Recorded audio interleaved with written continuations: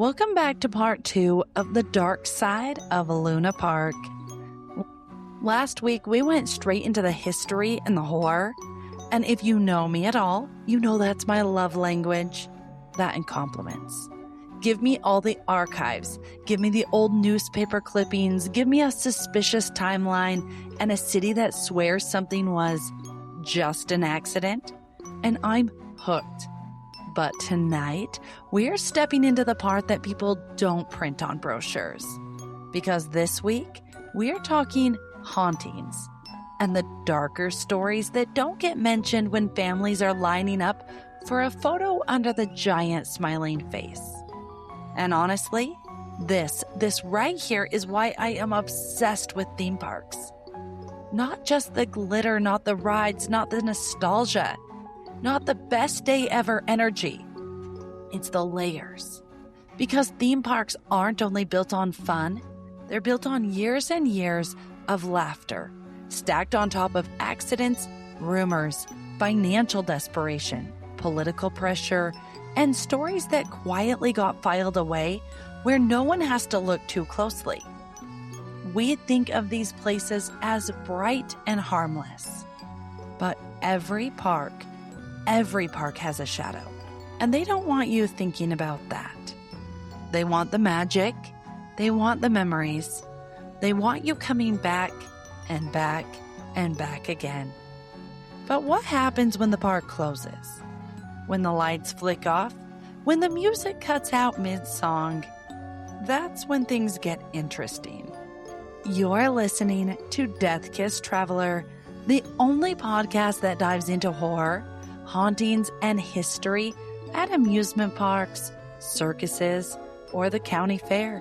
The places that bring you joy have the darkest side. I'm Marissa, your morbidly curious host, and this is part 2 of Luna Park Deep Dive.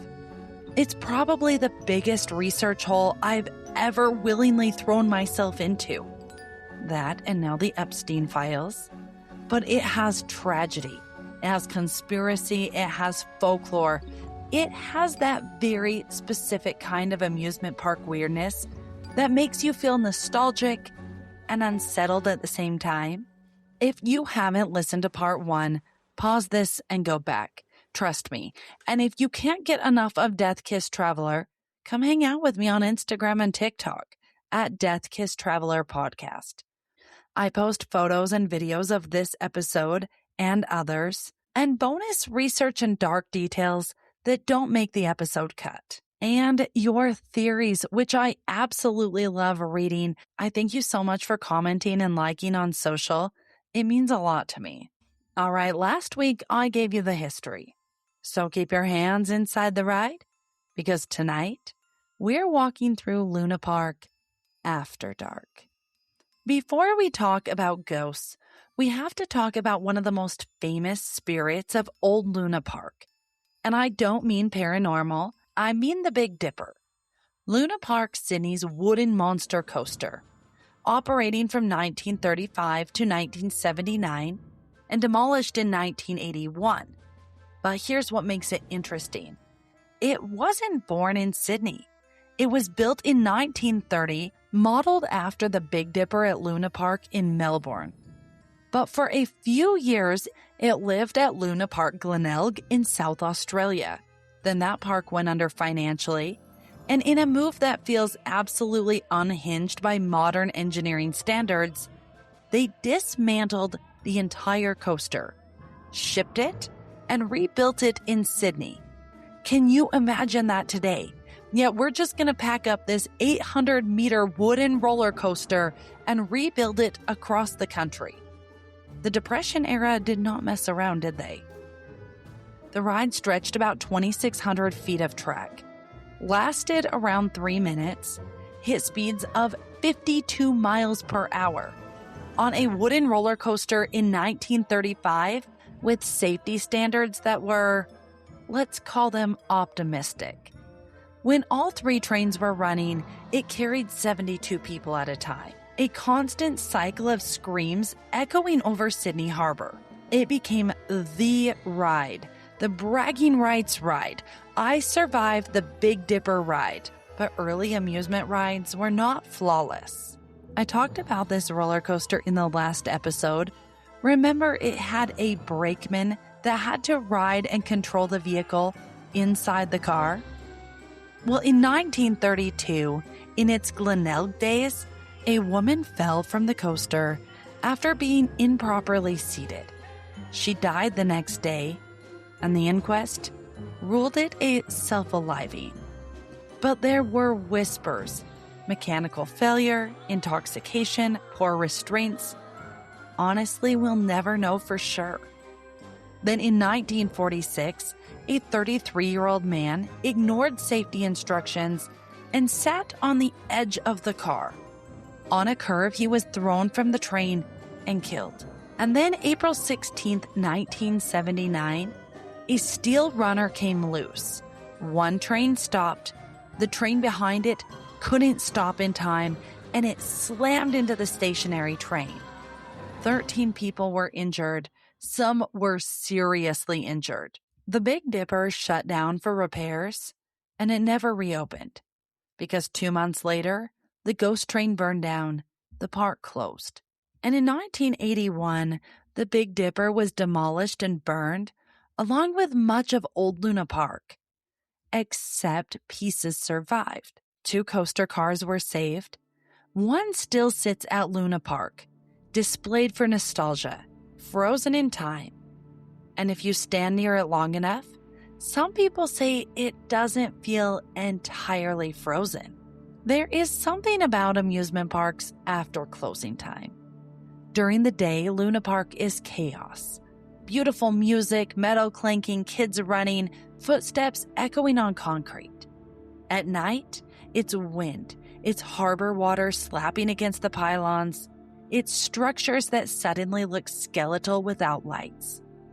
That's when the stories start, not in the headlines, in the whispers, in staff break rooms, in, "You're going to think I'm crazy, but..." And almost all of them circle back to one place, the ghost train. If you haven't listened to last week's episode, real quick, the original ghost train opened in 1935. Classic dark ride, wooden carriage, painted demons, skeletons lunging, pitch black corridors. Kids came off crying or laughing. That was the point. It was manufactured fear. Safe, controlled. Except before the 1979 fire, whispers already existed that sometimes the ride wasn't empty after closing. The legend goes like this. After the park shuts down, when the midway lights dim, when the harbor bridge looms overhead like a steel shadow, a small figure can sometimes be seen near where the ghost train once stood. A boy, not running, not laughing, just standing. Some staff have claimed they heard what sounded like a child's voice echoing from inside the tunnel walls. Long after the power was off, others say they saw a carriage shift slightly, like someone had moved inside it. And the creepiest detail, more than one person swore they saw a single car moving slowly in the darkness, with a small figure sitting alone.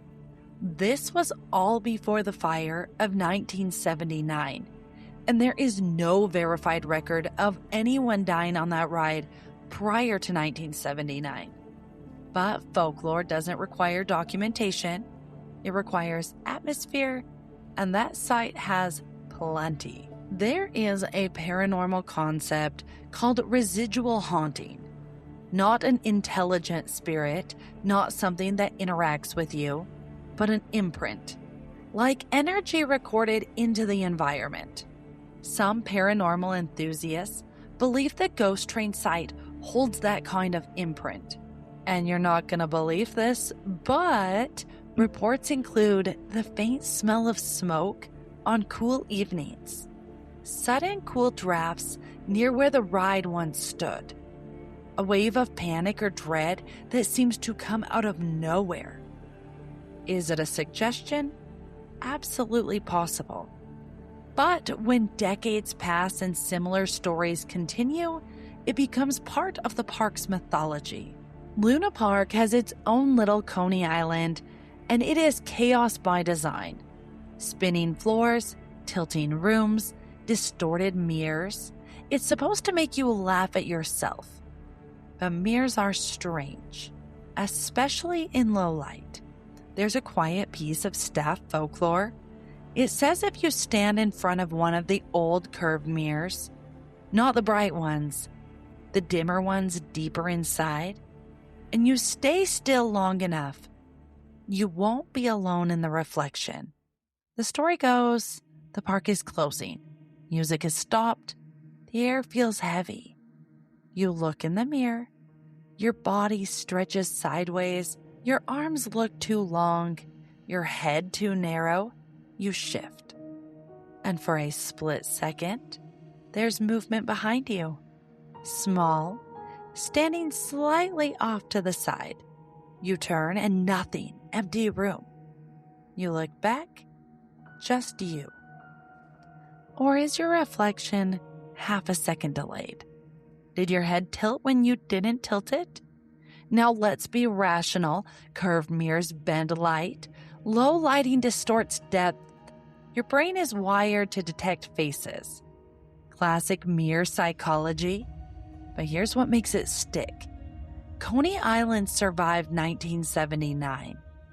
When you walk into a place that holds tragedy, even subconsciously, your nervous system is heightened.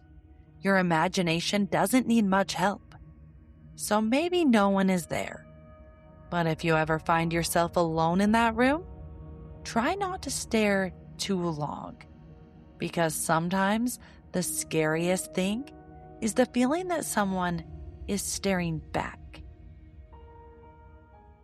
One former security guard shared this story. It was the late 1990s. They were doing a routine perimeter check at 1 a.m.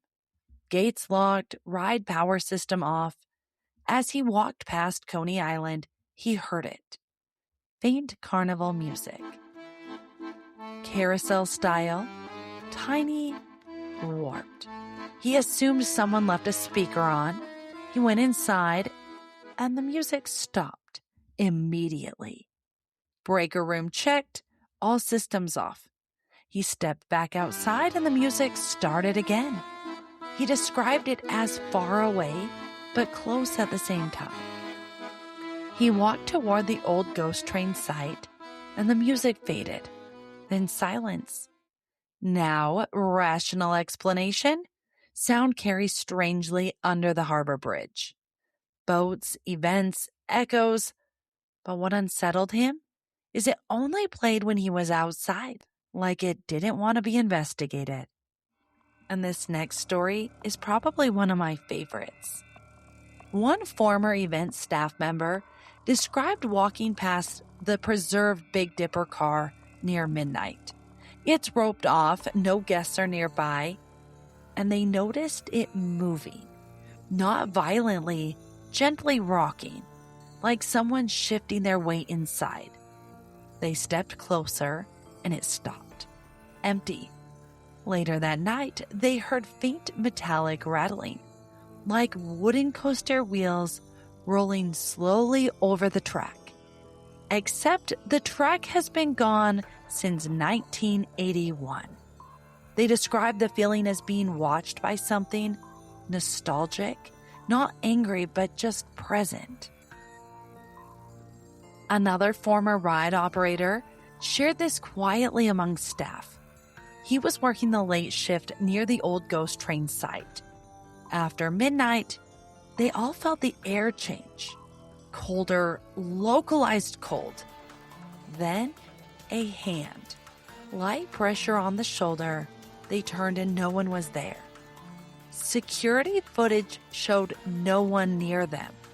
They said something that stuck with me. Quote, "It didn't feel angry, it felt small." End quote. And once that detail enters your mind, it's hard to unthink it. When you walk into Luna Park, you see the smile. A bright, exaggerated, frozen smile that is meant to make you feel safe, excited like you're stepping into magic. And for most people, it is magic. It's first dates, childhood memories, photos under lights. But history doesn't disappear because the paint is fresh. In 1979, something real broke through the illusion. A ride designed to simulate fear became the setting for something no one could control. Parents went home without their children. A woman went home without her husband and her children. Questions have lingered for 40 years. Negligence, greed, something darker. We may never know.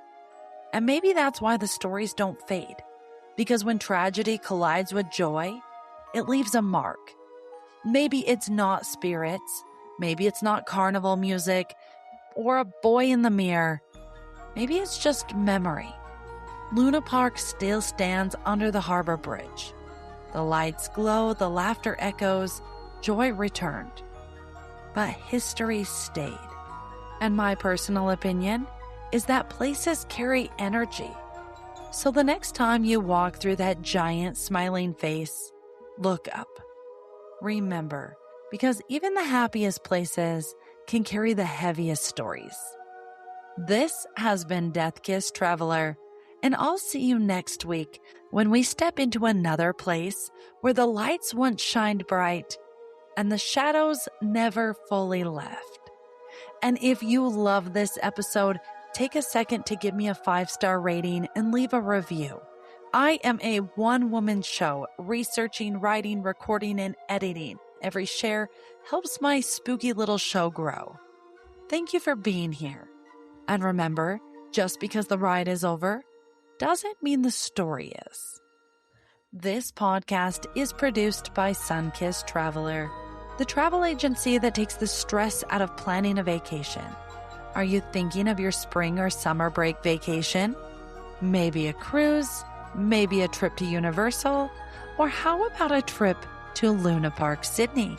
Wherever you want to travel, Sunkissed Traveler can help. See show notes for details or visit sun-kissedtraveler.com. And I will see you next week, my friends.